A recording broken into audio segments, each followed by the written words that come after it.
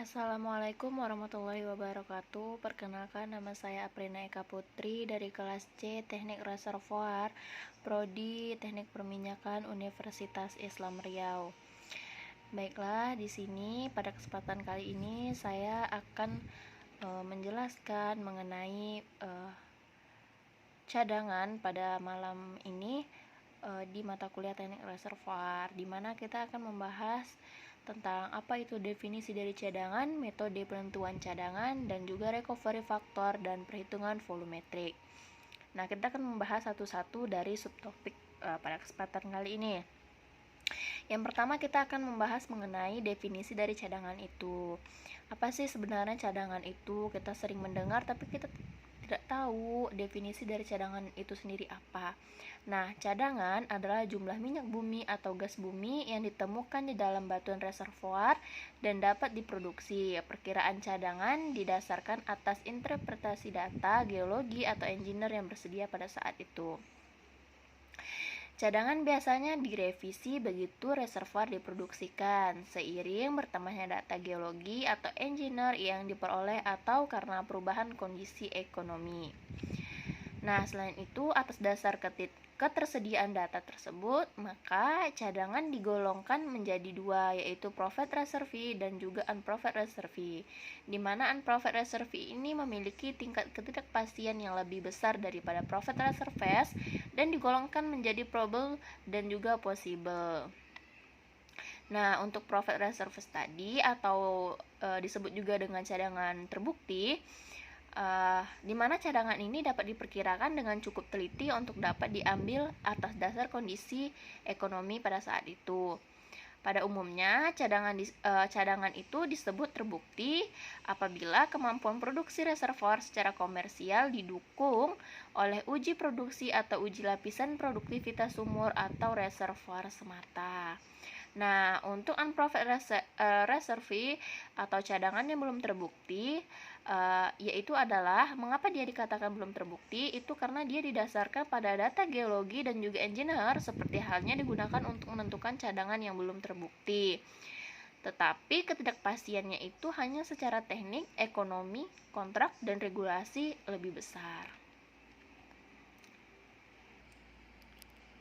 Nah, kita masuk ke subtopik yang selanjutnya, yaitu metode penentuan cadangan.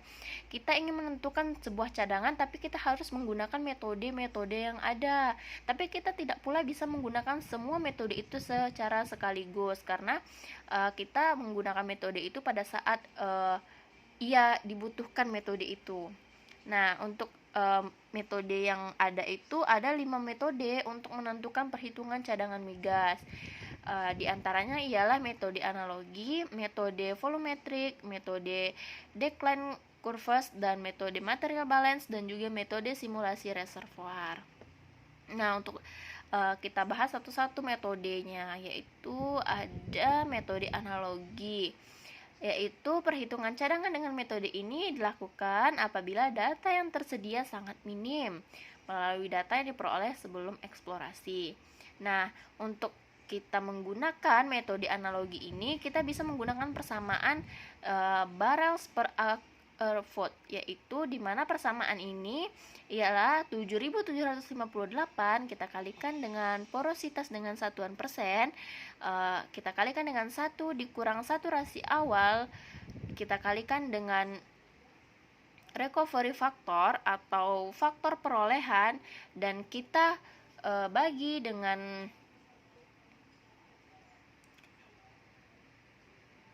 dengan faktor volume formasi minyak awalnya. Nih, dan kita masuk ke metode yang kedua, yaitu metode volumetrik. Metode volumetrik ini kita gunakan untuk menghitung cadangan migas di suatu lapangan yang datanya belum tersedia dengan lengkap. Nah, datanya itu ada tapi belum lengkap, maka kita bisa menggunakan metode volumetrik ini. Nah, perhitungan cadangan secara volumetrik ini dapat digunakan mengetahui initial hydrocarbon in plants.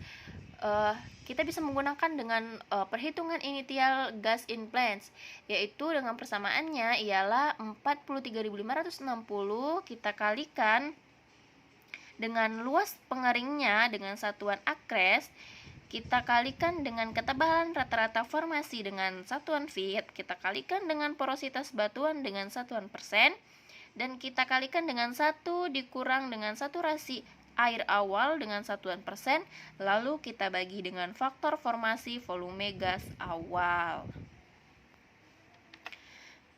Nah, selain kita menggunakan perhitungan yang tadi, kita juga bisa menggunakan perhitungan dengan perhitungan initial oil in place, di mana perhitungannya ialah 7758 kita kalikan dengan luas pengaringannya dengan satuan akres, kita kalikan dengan ketebalan rata-rata formasi dengan satuan feet, kita kalikan dengan porositas batuan dengan satuan persen, dan kita kalikan 1 dikurang dengan saturasi awal dengan satuan persen, lalu kita bagikan dengan faktor formasi volume minyak awal. Lalu kita masuk ke metode selanjutnya, yaitu metode Declan curve. Nah, metode Declan curve ini digunakan pada reservoir yang telah diproduksi selama beberapa waktu dan memiliki kecenderungan penurunan produksi yang bisa kita amati. Nah, metode Declan curve ini memplot data laju produksi terhadap waktu dalam skala semi-log untuk kemudian digunakan dalam meramalkan penurunan produksi terhadap waktu dan untuk penentuan cadangan migas. Nah, untuk metode selanjutnya yaitu metode material balance. Ya, untuk metode material balance ini dari reservoir didasarkan pada prinsip kekekalan massa yang menyatakan bahwa jumlah massa suatu sistem akan tetap selama berlangsung perubahan yang bersifat kimia ataupun fisika. Maka dari prinsip tersebut secara sederhana, material balance dapat dijelaskan dengan volume yang diproduksi sama dengan volume awal dikurang volume yang tertinggal. Selanjutnya, untuk metode simulasi reservoir, yaitu simulasi reservoir ini merupakan aplikasi konsep dan teknik pembuatan model matematis dari suatu sistem reservoir dengan tujuan agar mendapatkan hidrokarbon secara optimal dan ekonomis. Model matematis ini terdiri dari persamaan-persamaan yang mengatur aliran dengan metode solusi algoritma. Sedangkan simulator adalah suatu kumpulan program komputer yang mengaplikasikan model matematik ke dalam komputer. Dan untuk mencapai tujuan yang diharapkan, maka membutuhkan deskripsi reservoir, metodologi perhitungan hidrokarbon, dan distribusi tekanan sebagai fungsi waktu dan jarak yang tepat. Nah, di metode simulasi reservoir ini kita juga membutuhkan alat untuk mendukung kita melakukannya, di mana kita membutuhkan alat berupa perangkat keras yang berupa komputer, perangkat lunak berupa simulator, dan juga reservoir sebagai model. Nah, setelah kita mengetahui alat-alat yang kita inginkan untuk membantu kita dalam melakukan metode simulasi reservoir ini, kita harus juga mengetahui bagaimana langkah-langkah yang kita lakukan untuk menggunakan metode ini gitu. Untuk melakukan metode simulasi reservoir, di antaranya ialah mempersiapkan data, inisialisasi, penyelarasan, peramalan, dan keekonomian. Selanjutnya kita masuk kepada subtopik yang ketiga, yaitu recovery factor atau faktor perolehan. Jadi recovery factor ini adalah perbandingan jumlah minyak atau gas yang dapat diambil terhadap jumlah minyak atau gas di tempat dengan menggunakan teknologi primer, sekunder maupun tertiary recovery. Nah, kita langsung saja masuk ke subtopik yang keempat, yaitu mengenai perhitungan volumetrik ya. Untuk perhitungan volumetrik ini,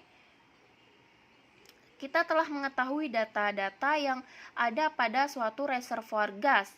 Nah, data-data reservoir gas ini diantaranya ialah yang sudah diketahui ialah luas pengaringannya yaitu 1400 akres, porositasnya 24%, saturasi awalnya 25%. Faktor formasi volume minyak awalnya itu 1,23 dan juga ketebalan rata-rata formasinya 25 feet.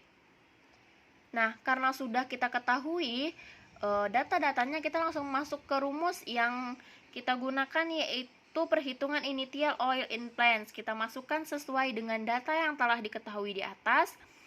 Setelah kita masukkan dan kita jumlahkan, maka dapatlah hasilnya 39.736.09756 STB. Terima kasih.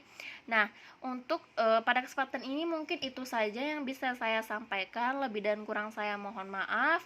Saya akhiri dengan wabillahi taufiq wal hidayah. Wassalamualaikum warahmatullahi wabarakatuh.